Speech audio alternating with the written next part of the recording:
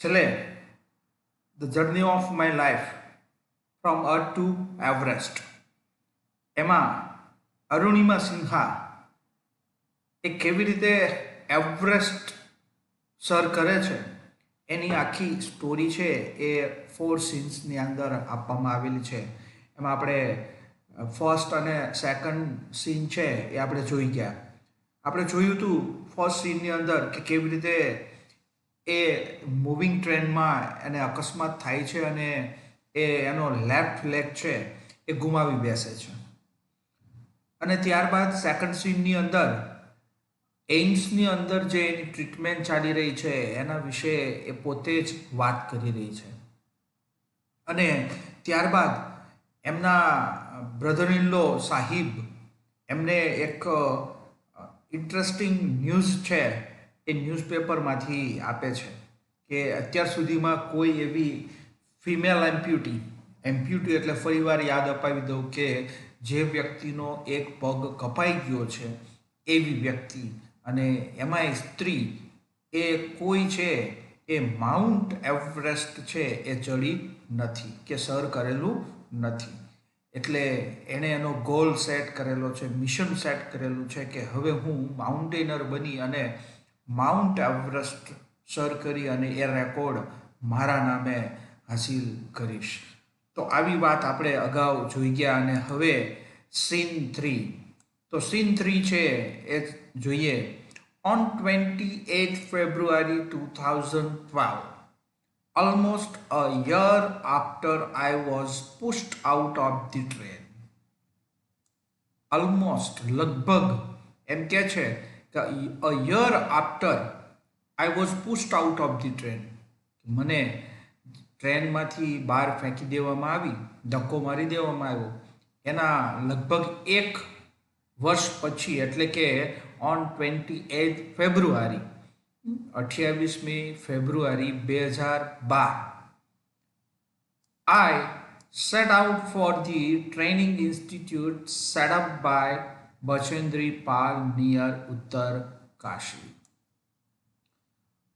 I set out એટલે નીકળી પડવું, સેટ અપ એટલે પણ નીકળી પડવું. ફોર ધ ટ્રેનિંગ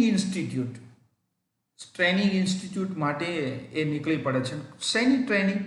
તો કે માઉન્ટેનર બનવા માટેની. અને એ પણ ઇન્સ્ટિટ્યૂટ કઈ?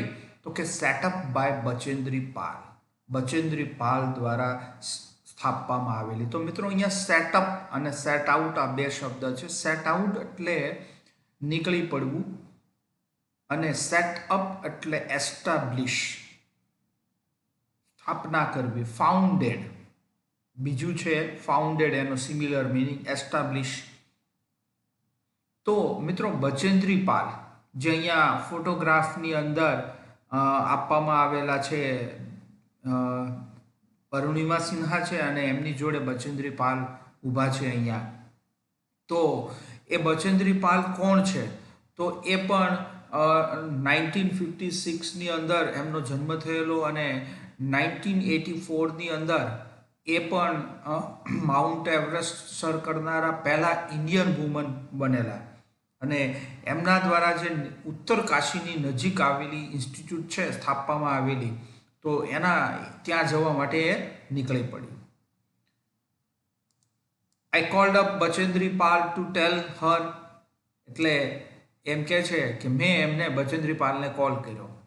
શેના માટે? ટુ ટેલ હર, એમને કહેવા માટે ધેટ વી હેડ રીચ ઉત્તર કાશી, કે અમે ઉત્તર કાશી પહોંચી ગયા છીએ.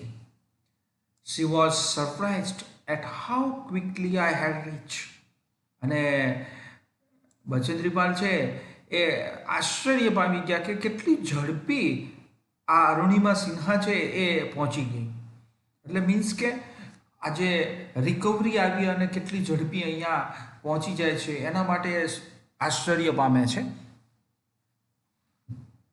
આફ્ટર ધીસ, અને ત્યાર પછી, માય કોન્ફિડન્સ સ્કાય રોકેટેડ એટલે ઇન્ક્રીઝ સ્પીડીલી, બહુ ઝડપથી વધવું. અને ત્યારબાદ મારો આત્મવિશ્વાસ છે એ બહુ ઝડપથી વધે છે, ઊંચે જાય છે. Bachendri Pal always found fresh confidence in me.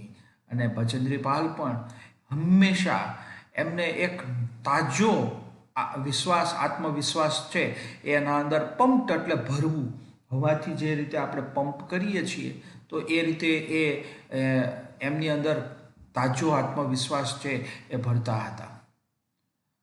શું કહેતા હતા? તો કહે છે, Arunima, you are far better than others. તું આ બીજાઓ છે એ બીજા કરતાં ખૂબ જ સારી છો. એટલે ટ્રેનિંગની અંદર વધારે સારી છે, તારી ફિટનેસ વધારે સારી છે. ધીસ પીપલ, આ લોકો, seem to be suffering from a handicap, not you.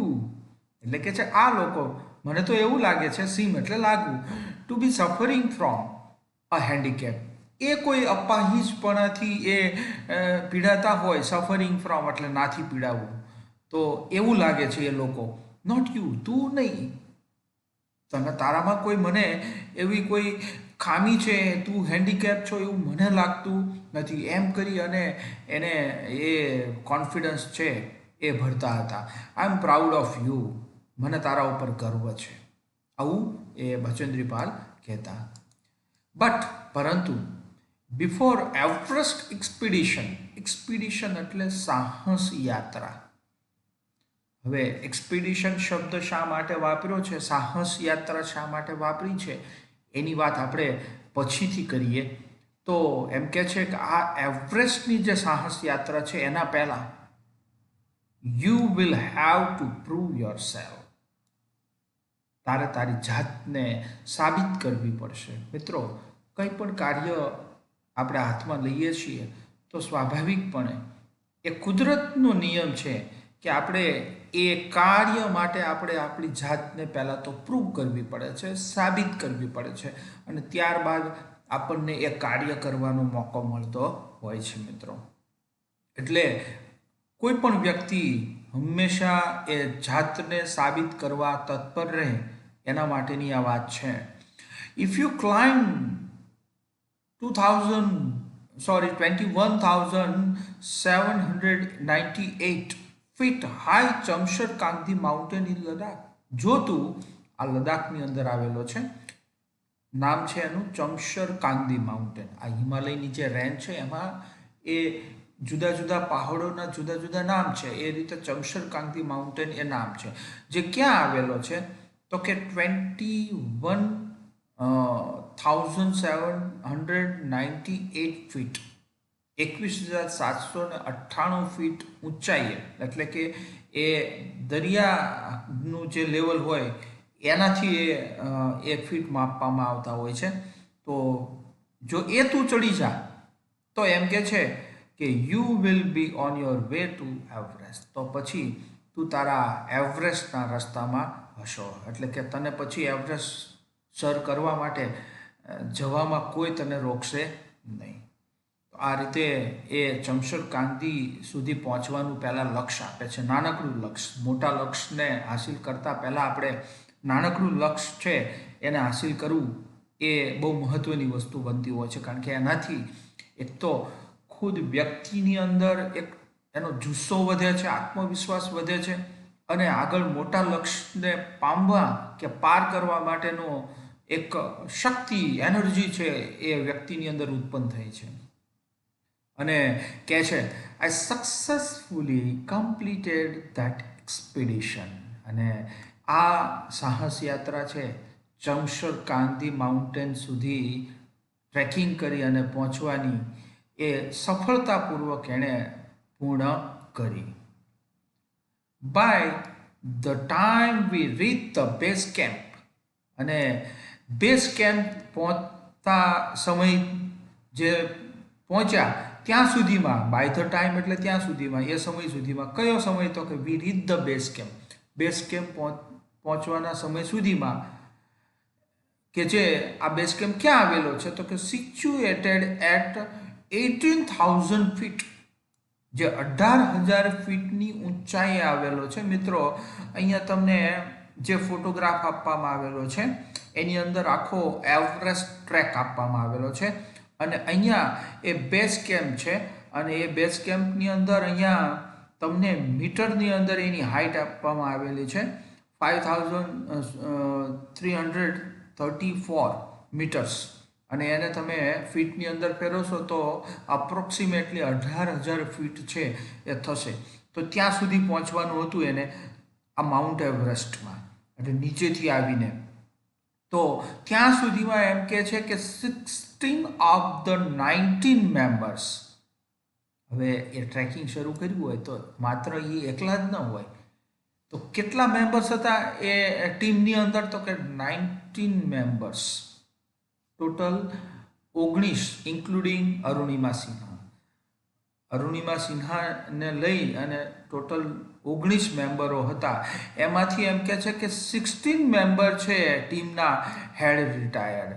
એ અહીંયા બેઝ કેમ્પ પહોંચ્યા ત્યાં સુધીમાં તો રિટાયર્ડ થઈ ચૂક્યા હતા કે હવે આપણે આગળ ચાલી શકાશે નહીં, અથવા તો આપણે આગળ જઈ શકશું નહીં. ટૂંકમાં એણે ત્યાં ક્વિટ કરી દીધું એવરેસ્ટનું ચઢાણ. પણ બચેન્દ્રી પાલ છે અરુણિમા સિન્હા છે, એણે ક્વિટ કરેલું નહીં. Bachendri Pal greeted me at the base camp, મેરી શેરની એવું કહી અને બેઝ કેમ્પે બચેન્દ્રી પાલ છે એનું અભિવાદન કરે છે કે તું પહોંચી ગઈ. She said and took me in her warm embrace, અને એક ગાઢ આલિંગનમાં એને લઈ લે છે. આવું કહી અને પછી એને ગાઢ આલિંગન એટલે કે જપ્પી, જાદુકી જપ્પી. તો વાર્મ એમ્બ્રેસ, એમ્બ્રેસ એટલે હગ, HUG, હગ. આ આગળ પણ આ શબ્દ આવશે, તો એ આલિંગનમાં લઈ લે છે.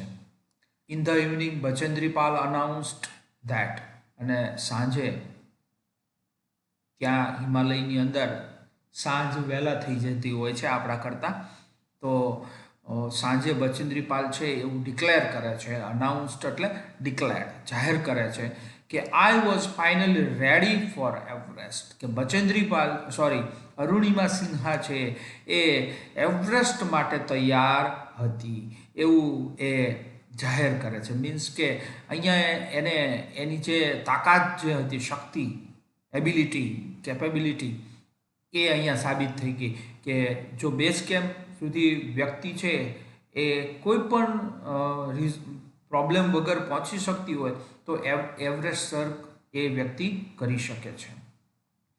શી ઓલ્સો અશ્યોર્ડ મી, અને એ મને એ પણ ખાતરી આપે છે that she would talk to the officials at Tata Steel for sponsoring my Everest X dream. અને તે એવી ખાતરી પણ આપે છે કે બચેન્દ્રી પાલ ખુદ છે એ આ ટાટા સ્ટીલ એટલે કે ટાટા ગ્રુપ કંપની જે તમે ઓળખો જ છો અને બહુ ભારતની બહુ મોટી કંપની છે, તો એને એના ઓફિસરો જે છે એમને આ એવરેસ્ટનું જે એમનું સપનું છે અરુણિમા સિન્હાનું, એના માટે સ્પોન્સરિંગ કરવા માટે વાત કરશે. મિત્રો, એવરેસ્ટ ચઢાણ માટે ઘણું બધું ઇન્સ્યુલિન ગિયર એટલે કે એના જે સાધનો હોય છે એ જરૂરી છે, અને ખર્ચો પણ અમુક લાગતો હોય છે. તો એ ખર્ચાને સ્પોન્સર કરવા માટે એ ટાટાના જે ઓફિશિયલ્સ જે છે ઓફિસરો એમને વાત કરશે એવું એમણે ખાતરી આપી. મિત્રો, ફરીવાર અહીંયા આપણે જોઈ લઈએ કે આ બેઝ કેમ્પ એટલે જે ચમશર કાંદી જે આવે છે ત્યાંથી આ ટ્રેક છે જ્યાં અરુણિમા સિન્હા છે એ ગયેલી. તો અહીંથી લઈ અને પછી અહીંયા કેમ્પ 1 આવે છે જે કંઈક 5945 મીટર્સ, જે કદાચ તમે નહીં જોઈ શકો તો ત્યાં છે. અને ત્યારબાદ કેમ્પ 2, અહીંયા એ રોકાય, ટેન્ટ બાંધી અને અહીંયા રોકાશે, અથવા તો જે આરામ કરવાનો હોય તો એ અહીંયા કરશે. ત્યારબાદ કેમ્પ 2 છે એ 6400 મીટર્સ છે, અહીંયા કેમ્પ 2 અહીંયા આવે છે. અને ત્યાંથી પાછા ચડે એટલે અહીંયા કેમ્પ 3 છે એ 7000, જે અહીંયા બરાબર વાંચી નથી શકાતું પણ 7000 અપ છે, तो ये कैम्प 3 છે અને कैम्प 3 થી પછી લઈ અને कैम्प 4 છે એ અહીંયા છે જે 8000 મીટરે છે અને અહીંથી પછી જે ડાયરેક્ટ જે આ ચઢાણ છે સીધું જે અઘરામાં અઘરું છે મિત્રો તો એ 8843 સમથિંગ છે અહીંયા જે માઉન્ટ એવરેસ્ટ અહીંયા આવે છે જે ટોપ ઓફ ધી વર્લ્ડ કહેવાય છે દુનિયાનું સૌથી ઊંચું શિખર કહેવાય છે મિત્રો અને અહીંયા જઈ અને કંઈ મળવાનું નથી પણ વ્યક્તિની જે કહેવાય ને કે તાકાત ધૈર્ય પેશન્સ ધીરજ મહેનત આ બધી જ વસ્તુ છે અહીંયા ચડીએ ત્યારે સાબિત થઈ જાય છે એ વ્યક્તિની તો આ વાત હતી અને મિત્રો અહીંયા આ ફર્સ્ટ ફોટોગ્રાફ છે એની અંદર જે ટ્રેનિંગ ઇન્સ્ટિટ્યૂટ દરમિયાન જે અરુણિમા સિન્હા છે એ જે ટ્રેનિંગ લઈ રહી હતી તો એનો આ ફોટોગ્રાફ છે લાઈવ ફોટોગ્રાફ છે અને તમે જોઈ શકો છો કે એમાં એનો જે પેલો આર્ટિફિશિયલ લીમ જે પગ છે એ અહીંયા તમે જોઈ શકો છો અને કેવી રીતે એ ચડે છે તો આ હતો scene 3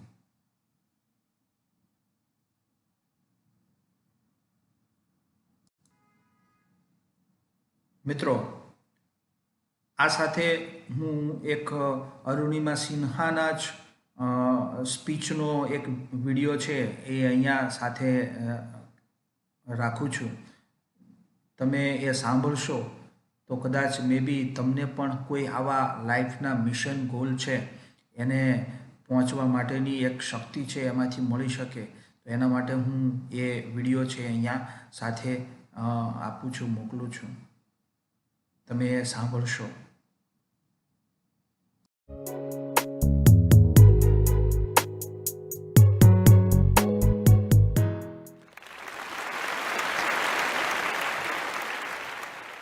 thank you so much आप लोगों को कि इतनी देर किसी को बैठ के सुनना सबसे बड़ी बात ये होती है क्योंकि जब वहाँ पे हम बैठ के किसी को सुनते हैं तो उतना पेशेंस रखना पड़ता है ये मुझे लगता है और एक्चुअली मैं 26 साल की हूँ 2011 में चलती ट्रेन से मुझे कुछ बदमाशों ने मैं वॉलीबॉल चैंपियन भी रह चुकी हूँ 2011 में चलती ट्रेन से मुझे बदमाशों ने एक गोल्ड चेन पहनी थी चलती ट्रेन से मुझे उठा के बाहर फेंक दिया था लखनऊ से दिल्ली आ रही थी मैं कंपार्टमेंट में बहुत सारे जनरल कंपार्टमेंट था बहुत सारे लोग थे किसी ने मना नहीं किया एक प्लेयर का जो स्पिरिट होता है वो अपने आप जब कोई छीनने की कोशिश करता कुछ भी वो देता नहीं है तो मेरे में भी था मैंने मना किया और उन्होंने मुझे चलती ट्रेन से वो 4-5 ने उन्होंने बाहर फेंका दुर्भाग्य ये था कि उसी समय दूसरी ट्रैक से ट्रेन आई और मैं उस ट्रेन में टकराई फिर नीचे गिरी दोनों ट्रेनें निकल गईं कुछ देर बाद मैंने हाथ को ऐसे रख के उठने की कोशिश किया तो देखा कि मेरा पैर